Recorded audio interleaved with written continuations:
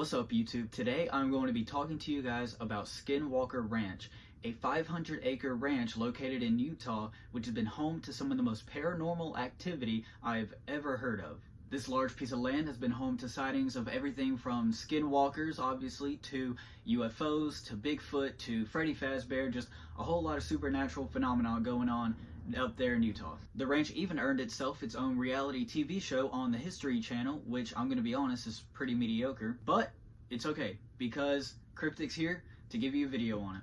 The land that the ranch is located on was first inhabited by the native Ute tribe, with the term Skinwalker originally coming from the Navajo. The name Skinwalker in Navajo roughly translates to, by means of it, it goes on all fours. Now I'm sure all of you watching this already know what a Skinwalker is, or at least have a very basic rudimentary understanding of it, but still, I'm going to tell you what it is. In Navajo culture, skinwalkers are said to be witches capable of shapeshifting into any human or animal. Now, depending on what area or particular Navajo tribe you may run into, they may describe skinwalkers differently, but it's very small details, and for the most part, they keep it pretty consistent. In most areas, skinwalkers are described as having been human spiritual guides or respected healers who started using their powers for evil and became witches. It's said that for a witch to gain the shape-shifting abilities of a skinwalker, they have to kill a close member of their family, most often their siblings. Although skinwalkers are capable of shape-shifting into any animal, they're most often seen in the forms of coyotes, wolves, dogs, cougars, bears, or foxes. It was said the skinwalkers would often wear antlers or animal skulls on top of their heads, which could grant them more power. Because of this, most Navajo tribes consider it pretty taboo to wear animal pelts of any predatory animal. At the same time, animal skins such as leather or sheepskin are pretty welcome. Now, when digging into the actual legend of the Skinwalker, it's pretty easy to realize that the internet doesn't really understand the Skinwalker all that well. And this isn't meant as any hate towards people who like Skinwalker stories or videos. I, for one, am one of those people. I'm just saying that when people tend to imagine Skinwalkers in their head, they most often imagine a giant humanoid beast with antlers and a deer skull, something resembling this, when in reality, they resemble something more like this. But okay, now that I've got my rant about Skinwalker lore out of the way, back to the ranch. Legend has it that during a war between the Utes and the Navajo, that the Navajo unleashed skinwalkers onto the Ute tribes, and that the skinwalkers stuck around and still haunt the land to this day.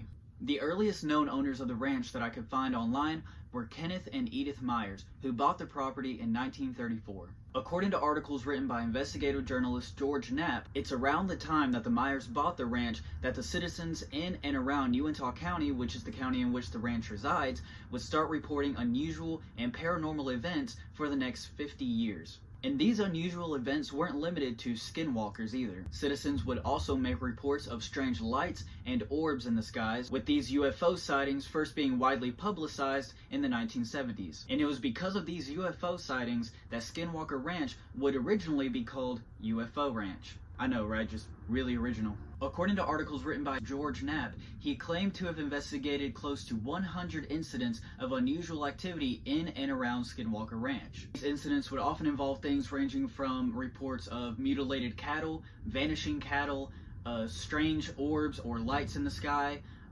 animals with piercing red or yellow eyes that were unscathed by bullets, or some kind of large invisible force causing a strong magnetic field. In 1994, the Myers sold the ranch to Terry and Gwen Sherman, whose name would soon become synonymous with the ranch itself. The Shermans had bought the ranch specifically intrigued by the stories that they had heard surrounding it, and would go on to experience a whole lot of spooky stuff during their time there. One such spooky event would take place one night when Terry Sherman heard a noise outside and was startled to see a wolf in his yard. The thing that was so particularly startling about this wolf was that it was way bigger than any Terry had ever seen before. Terry ran back inside, got his gun, came back out, and shot the wolf several times, but the bullets had no effect on the wolf whatsoever. The wolf soon ran off, and Terry began chasing it, because why not?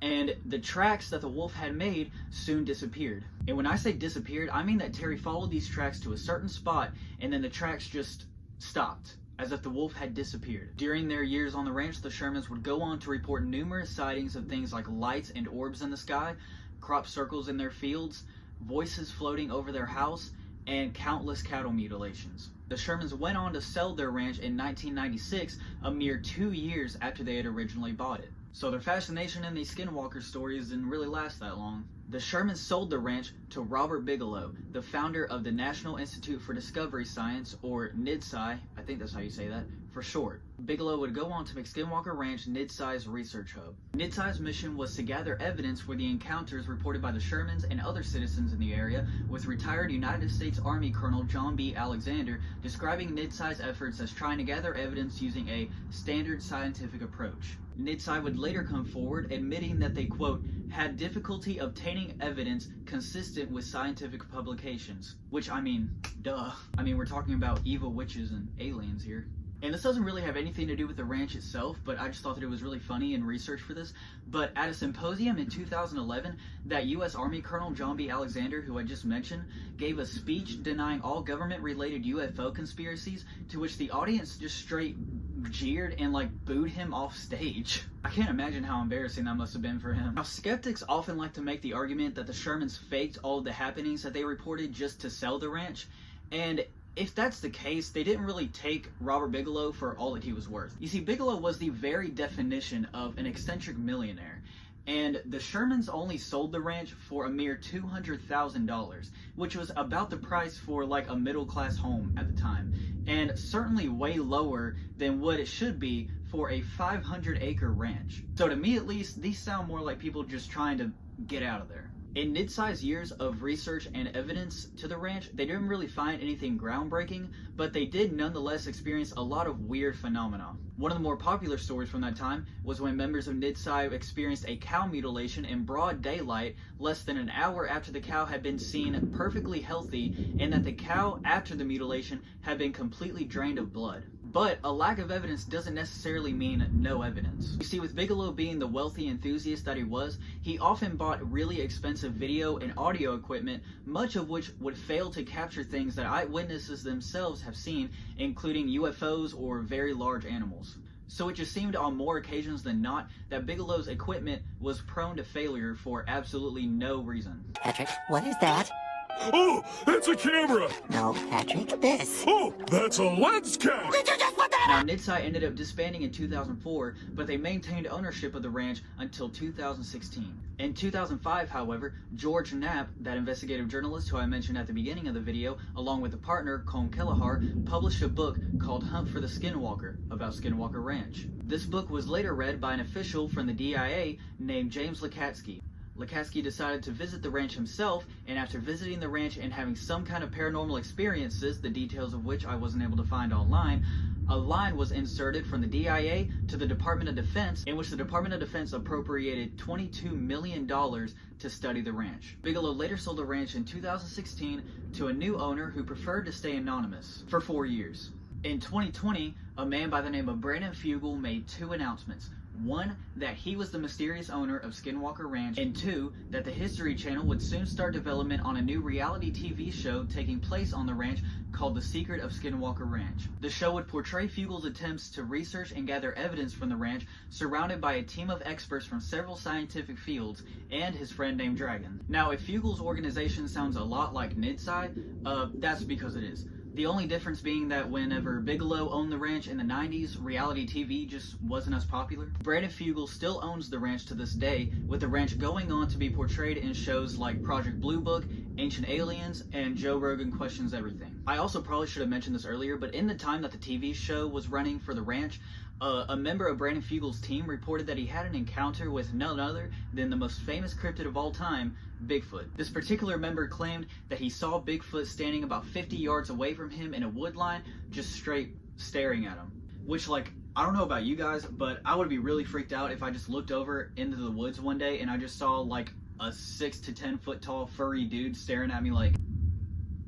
So when Fugal's team members saw this Bigfoot, can you guess what he did next? Did he A, pull out a camera and start recording, or B, start shooting at it? If you guessed that he started shooting at it, then you are 100% right. So on behalf of the kooky conspiracy theory community, way to go, team. Fugal's team members said that Bigfoot soon ran off into the woods after he started firing shots, because duh, and he said that at the wood line he saw tracks belonging to the Bigfoot, but that he and the rest of the team were not able to actually find Bigfoot in the woods. And now, with all that out of the way, let's get into some theories. The first theory up on this list pertaining to the anomalies of the ranch is that people are simply lying to get money. And in research for this, I actually went on Utah's official state website, which has a whole section dedicated to Skinwalker Ranch.